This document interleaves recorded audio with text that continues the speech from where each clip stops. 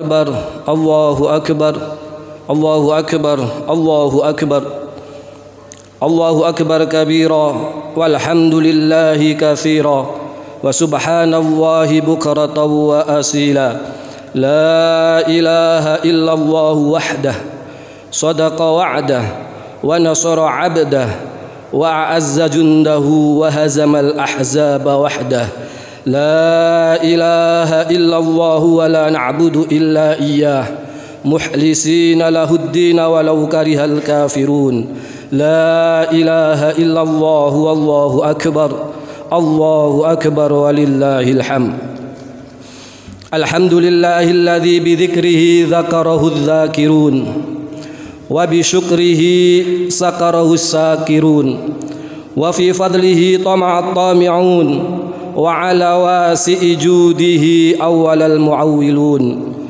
وأشهد أن لا إله إلا الله وحده لا شريك له له القدرة الباهرة والمنة الغامرة والمدد الذي انبسط في العالمين ولا يزالون منه يستمدون سبحانه خلق الجنة وخلق أهلها وهم بأمل أهل الجنة يعملون وخلق النار وخلق أهلها فهم بأمل أهل النار يعملون يفعل ما يشاء لا يسأل عما يفعل وهم يسألون وأشهد أن سيدنا ومولانا محمدا عبده ورسوله الصادق المصدوق الأمين المعمون عبد أرسله الله للعالمين بشيرا ونذيرا فبلغ الرسالة وأدى الأمانة ونصح الأمة وجاهد في الله حق جهاده حتى أتاه المنون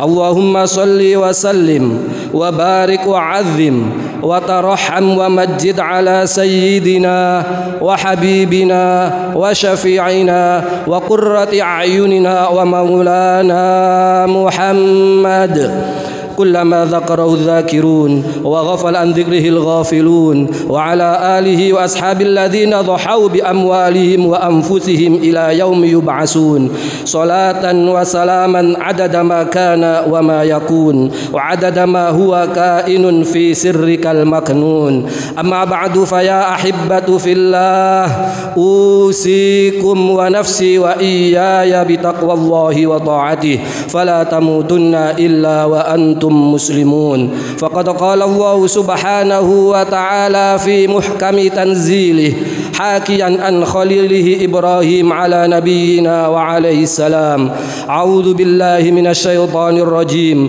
ربي هب لي من الصالحين فبشرناه بغلام حليم فلما بلغ معه السعي قال يا بني إني أرى في المنام أني أذبحك فانظر ماذا ترى يا أبت افعل ما تؤمر ستجدني إن شاء الله من الصابرين الله أكبر الله أكبر الله أكبر ولله الحمد معاشر الحاضرين والحاضرات جمع صلاة عيد الأضحى mengawali khutbah Idul Adha pada pagi hari ini yang sangat mulia ini, marilah kita ungkapkan puji syukur kita kehadirat Allah Subhanahu wa taala.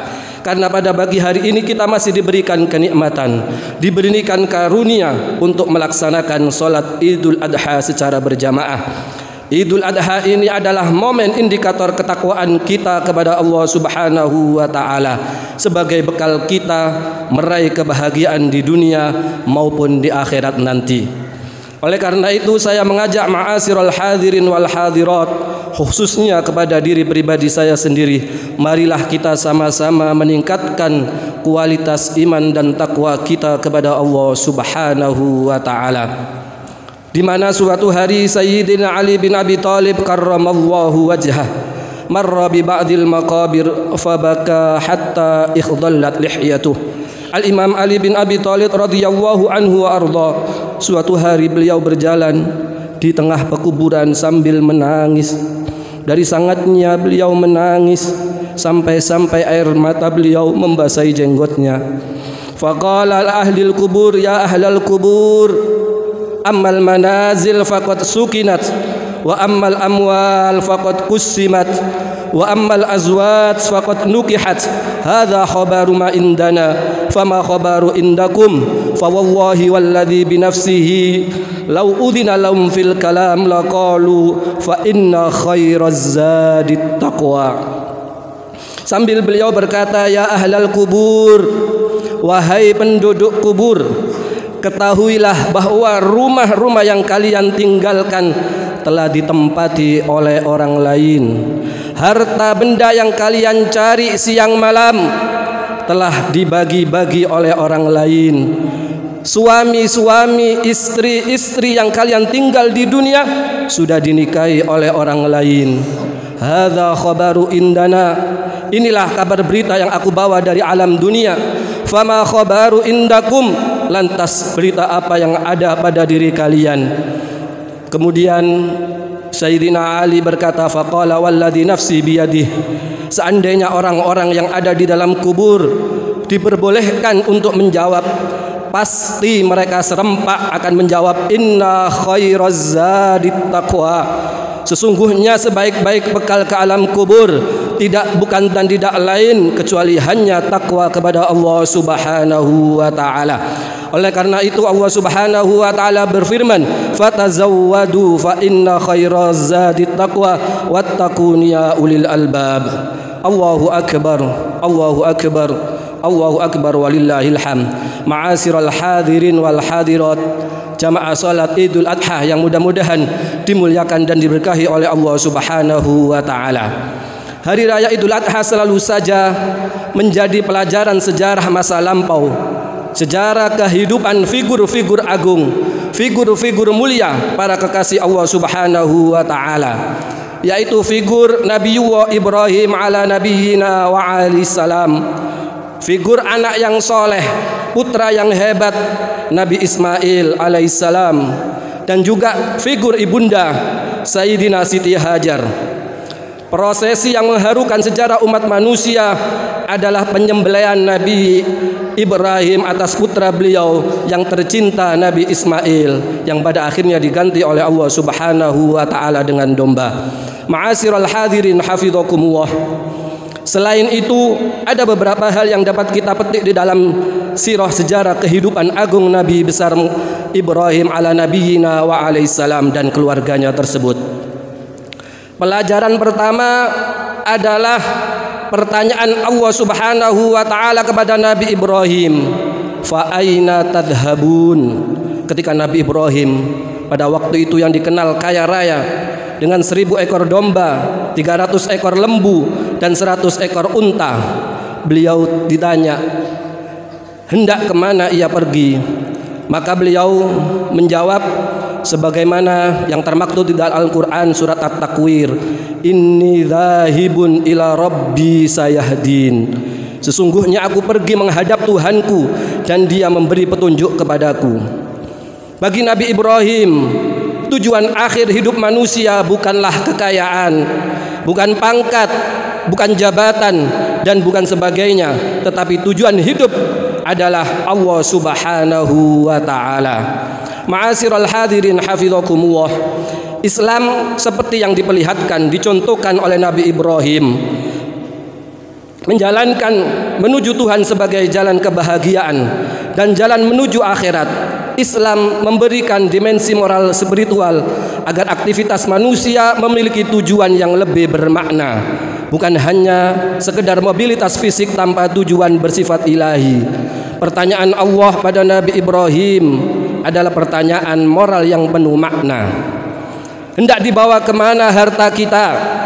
Hendak dibawa kemana kendaraan kita? Hendak dibawa kemana jabatan kita?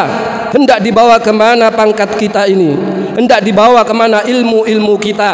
Hendak dibawa kemana tubuh kita ini?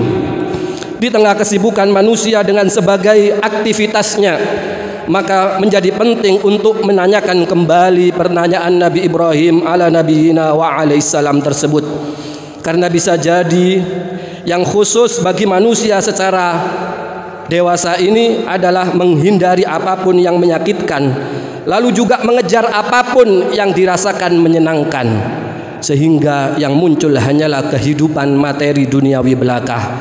Allahu akbar. Allahu akbar, Allahu akbar walillahil hamd. Ma'asyiral hadirin wal hadirat, jamaah salat Id yang berbahagia. Pelajaran berharga lainnya yang kita bisa teladani dari Nabi Ibrahim ala nabiyina wa alaihissalam adalah bahwa tujuan tertinggi manusia adalah seperti doa Nabi Ibrahim, Rabbi habli minas solihin. Ya Allah, berilah kami anak-anak yang soleh, berikanlah kami putra-putri soleh dan solihah. Dari mulianya peristiwa tersebut sampai-sampai Allah Subhanahu wa taala mengukir di dalam Al-Qur'an, di dalam surat As-Saffat ayat 100, Allah Subhanahu wa taala berfirman, Rabbi habli minas solihin fabasyarnahu bighulamin halim. Nabi Ibrahim selama 40 tahun berdoa memohon kepada Allah Subhanahu wa taala, Rabbi habli minas solihin. Ya Allah, karuniailah aku anak yang soleh, berikanlah aku putra putri yang soleh dan solihah.